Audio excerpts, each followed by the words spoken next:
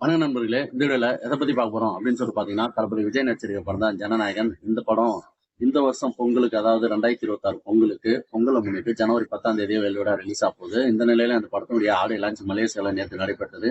இந்த ஆடியோ லான்ச்ல என்னென்ன விஷயங்கள் நடந்தது, யார் யாரெல்லாம் என்னென்ன சொன்னாங்க தளபதி விஜய் பத்தி, அதுக்கப்புறம் தளபதி விஜய் அவர்கள் குட்டி ஸ்டோரி சொன்னாரா இல்லையா, அதுக்கப்புறம் அரசியல் பேசினாரா இல்லையா அப்படின்ற எல்லா செய்திகளையும் இந்த வீடியோல முழுமையா பார்க்கலாம். ஜனநாயகன் இந்த படத்துல தளபதி விஜய், மம்தா பைஜு, பூஜா ஹெக்டே, நரேன், இன்னும் நிறைய பேர் இந்த படத்துல நடிச்சிருக்கிறாங்க.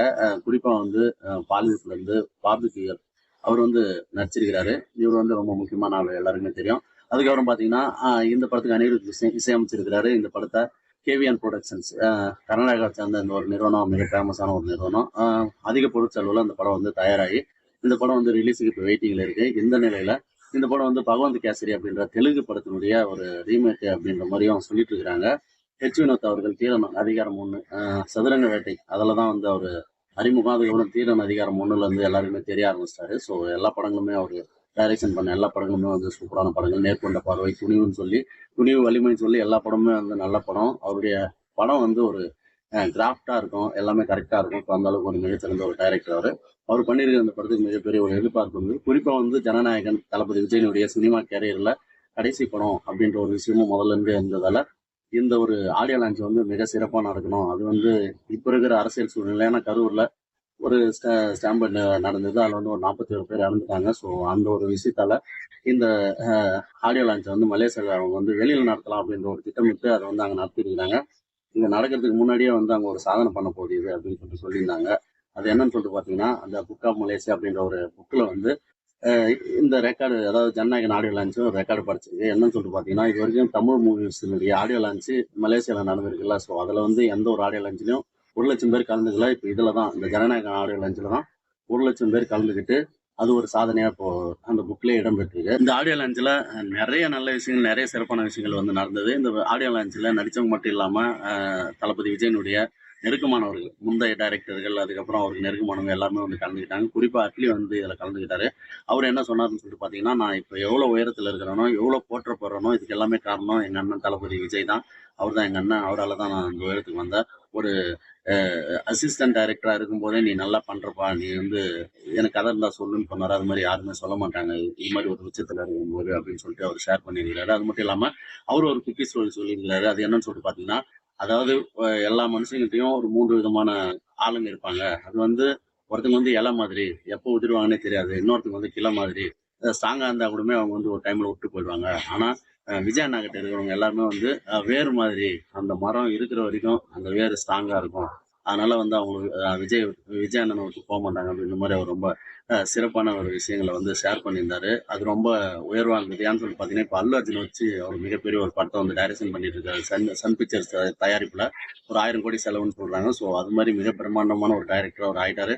அவர் வந்து இப்படி பேசுறது வந்து எல்லாருக்குமே ரொம்ப சிறப்பா இருந்தது. அதுக்கப்புறம் லோகேஷ் கனகராஜ் அவர்கள், விஜய் அண்ணன் வேற ஒரு விஷயத்துல இருக்காரு. ஸோ அது வந்து அவருக்கு சக்சஸ் ஆகணும்னு சொல்லியிருந்தாரு.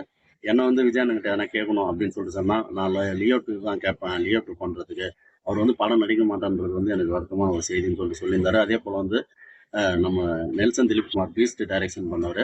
ஸோ அவரும் அதே மாதிரி தான் சொல்லியிருந்தாரு. இது ஆடியோ லான்ச் மாதிரி தெரியல, இது வந்து ஒரு கால்பந்தாட்ட, அதாவது இங்க கால்பந்து போட்டி நடந்தா எப்படி கூட்டம் இருக்குமோ அது மாதிரி இருக்கு.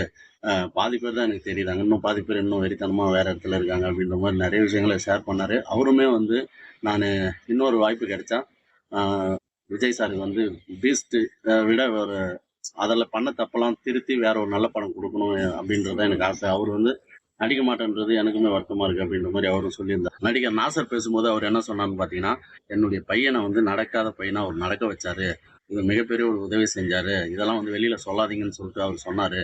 ஆனா நான் எல்லா மேடையிலும் சொல்லிட்டு இருப்பேன், அதுதான் நான் அதுக்கு பண்ண வேண்டிய ஒரு கடமை அப்படின்னு சொல்லியிருந்தாரு. அதே போல நடிகர் சங்கத்துக்கு திடீர்னு யாருமே எதிர்பார்க்காத போது ஒரு கோடியை கொடுத்து மிகப்பெரிய ஒரு உதவி செஞ்சாரு. அவர் வந்து அவர் நினைச்ச காரியம் வந்து நடக்குன்ற மாதிரி அவர் வந்து ஷேர் பண்ணியிருந்தாரு. அதுக்கப்புறம் பிரியாமணி அவங்க வந்து இதுல நடிச்சதால என்னுடைய இது வந்து ஃபுல்ஃபில் ஆயிடுச்சு அப்படின்ற மாதிரி அவங்க ஒரு விஷயத்த சொன்னாங்க. விஜய் சாருக்காக தான் ஒத்துக்கணுன்ற மாதிரி அவங்க சொன்னாங்க. அதுக்கப்புறம் மம்தா பேசும்போது அவர் பார்க்கும்போது ஒரு மோட்டிவேஷனா இருந்தது. என்னுடைய கனவு நனவாயிடுச்சு அவர் கூட நடிச்சதுன்ற மாதிரி அவங்க ஷேர் பண்ணியிருந்தாங்க. அதே போல பூஜா ஹெக்டே அவங்களும் வந்து அவங்களுக்கு பிடிச்ச அந்த விஷயங்கள்லாம் வந்து ஷேர் பண்ணியிருந்தாங்க. அதே போல ஹெச் வினோத் இந்த படத்துடைய டைரக்டர். அவர் தான் அந்த முக்கியமான ஒரு கதாநாயகன். ஸோ அவர் வந்து என்ன சொல்லியிருந்தாரு அப்படின்னு சொல்லிட்டு பார்த்தீங்கன்னா, நெறைய பேர் வந்து இது ரீமேக் அப்படின்னு சொல்லிட்டு சொல்றாங்க. இது இப்படி இருக்குமா? அப்படி இருக்குமா? நல்லா வந்துருமா? அப்படின்ற மாரி கேட்டுட்டு இருக்காங்க. இது வந்து தளபதி படம். அதுல என்ன இருக்குமோ அது வந்து கண்டிப்பா இருக்கும். அதேபோல கிளைமேக்ஸ்ல வந்து இது வந்து அழுவ வச்சு அதாவது சென்ட் ஆஃப் இந்த படம் தான் கடைசின்றதால சென்ட் ஆஃப் ரொம்ப உருக்கமான காட்சிகள் இருக்குன்னு சொல்லிட்டு நெறைய பேர் வந்து சொல்றாங்க. இதுல வந்து அழ வைக்கலாம் அழற மாரிலாம் இல்ல. ஆனா யோசிக்கவும் வைக்கும். அதேபோல ஜாலியாவும் இருக்க வைக்கும் அந்த படம் அப்படின்னு சொல்லிட்டு எச். வினோத் அவர்கள் ஷேர் பண்ணியிருக்கிறாரு. அதேபோல அந்த படத்துடைய புரொடியூசர் பேசும்போது அவர் வந்து கன்னடக்காரரு. ஸோ அவர் வந்து அ தளபதி விஜய்க்கு எந்த இடம் வந்து அதிகமான படம் ஓடும், எந்த இடம் அவருக்கு வெயிட் அப்படின்னு சொல்லிட்டு கேட்கும்போது, ஆல் ஏரியாவும் அவருக்கு இல்லைன்னு சொல்லிட்டு சொன்னாங்க அப்படின்னு சொல்லிட்டு அவருடைய ரெஃபரன்ஸே வச்சு அவருக்கு வந்து சொல்லியிருந்தாரு. அதுக்கப்புறம் வந்து அனிருத் அவர்கள் தளபதி விஜய் அவர்கள் எனக்கு ஒரு 22 வயசு இருக்கும்போதே என்னை நம்பி இளம் மியூசிக் டைரக்டர்னு பார்க்காம எனக்கு கத்தின்னு படம் வாய்ப்பு கொடுத்தாரு. இந்த படம் வந்து சூப்பரா வந்திருக்கு. இந்த படம் வந்து மிகப்பெரிய ஒரு படமா இருக்கும் அப்படின்ற மாரி அவர் வந்து ஷேர் பண்ணியிருந்தாரு. அதேபோல இப்போ வந்து நம்ம தளபதி விஜய் சார் கிட்ட வந்துடலாம். அவரு வந்து நெறைய விஷயங்கள பண்ணாரு. டான்ஸ் ஆடுனாரு. இந்த தளபதி கச்சேரி அந்த பாட்டுக்கு டான்ஸ் ஆடுனாரு. அதுக்கப்புறம் பிரபுதேவா கூட சேர்ந்து போக்கிரி பொங்கலுக்கு வந்து டான்ஸ் ஆடுனாரு. அதுக்கப்புறம் வந்து வெறித்தனம் பாடல் வந்து பாடுனாரு. அப்புறம் தளபதி கச்சேரி அந்த பாடலையும் பாடுனாரு.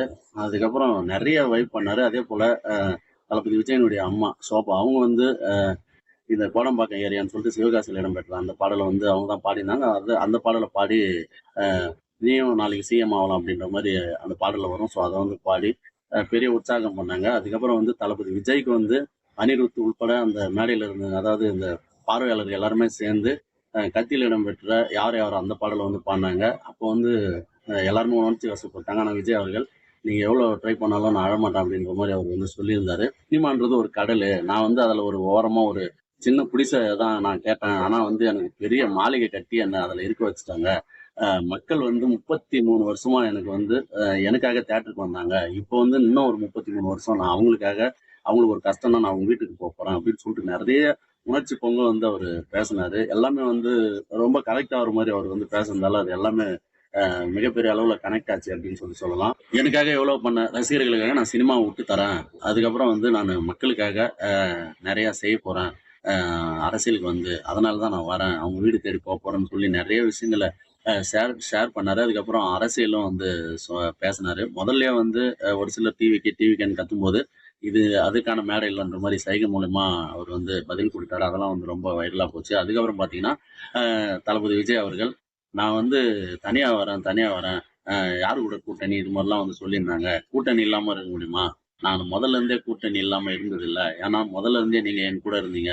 நீங்க எல்லாரும் தான் என்னுடைய கூட்டணி அப்படின்னு சொல்லிட்டு, தனியா வரேனா இல்லையா அப்படின்ற மாரி கேட்கறாங்க.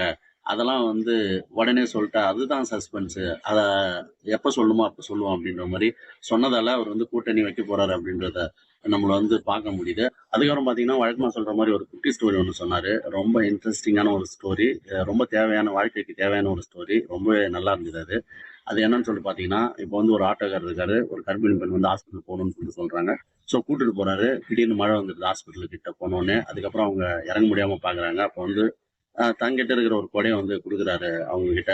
அதுக்கப்புறம் உங்கள யாருன்னே தெரியாது. திரும்ப நான் எப்படி உங்ககிட்ட இத குடுக்குறது அப்படின்னு சொல்லும்போது, யாருக்கு கொடை தேவைப்படுதோ அவங்களுக்கு குடுத்துருங்கம்மா அப்படின்னு சொல்லிட்டு அவர் சொன்னதாவும், அவங்க வந்து அதே மாரி ஹாஸ்பிட்டல் கிட்ட போம்போது ஒரு முதியவர் வந்து கொடை இல்லாம இருக்காரு. அவருகிட்ட வந்து குடுத்துட்டு போறாங்க அவங்க. அவரும் அதே மாரி இவங்க கிட்ட கேட்கறாங்களாம். அ அ நான் உங்ககிட்ட எப்படிம்மா அந்த கொடைய நான் திருப்பி தர்றது அப்படின்னு சொல்லிட்டு, நீங்க யாருக்காவது குடுத்துருங்க அப்படின்ற மாரி சொன்ன உடனே அதே மாரி அவரு வந்து ஒரு பூ விக்கிற அம்மாவுக்கு வந்து குடுத்துட்டு போறாங்க.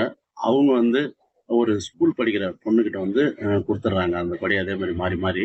அந்த ஸ்கூல் படிக்கிற பொண்ணுடைய அப்பா வந்து தன்னுடைய புள்ள வந்து மழை பெய்யுதே நனைஞ்சுட்டு வருமேன்னு சொல்லிட்டு வெளிய வந்து நிக்கிறாராம் வீட்டுக்கு வெளியில. எப்படி நனைஞ்சுன்னு வரப்போகுது அப்படின்னு சொல்லி வெயிட் பண்ணிட்டு இருக்காராம்.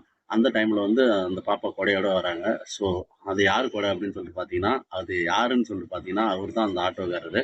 அவருடைய பொண்ணுக்கு அந்த கொடை வந்து திரும்ப கிடைக்குது. அதனால நம்ம செய்ற நல்லது வந்து அடிக்கடி நம்ம நல்லது செய்யணும். அது வந்து அ நம்மளுக்கே நல்லதா வரும் அப்படின்ற மாரி அவர் வந்து சொல்லி முடிச்சாரு. ஸோ ரொம்பவே நல்லா இருந்தது அந்த ஸ்டோரி. ஸோ அதனால வந்து இவ்வளோ விஷயங்களும் அந்த ஆடியோ லான்ச்ல வந்து நடந்தது. அதனால இந்த படம் வந்து அவருக்கு கடைசி படம் அப்படின்றதுல எந்த ஒரு மாற்று கருத்தும் இல்ல. அ இந்த படமும் நல்லா வந்திருக்கு அப்படின்ற மாரி எல்லாருமே சொன்னதால, இந்த படம் நல்லா இருக்கும் அப்படின்றதுல எந்த ஒரு மாற்று கருத்தும் இல்ல. ஸோ நம்ம வந்து படம் வர வரைக்கும் நம்ம வெயிட் பண்ணி பார்க்கலாம்.